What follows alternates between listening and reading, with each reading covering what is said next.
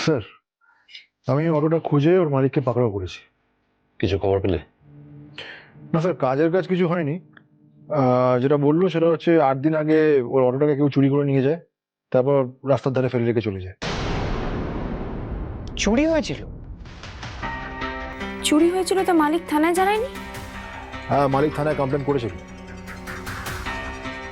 আমি জানতাম অটোর মালিককে খুঁজে কোনো লাভ হবে না।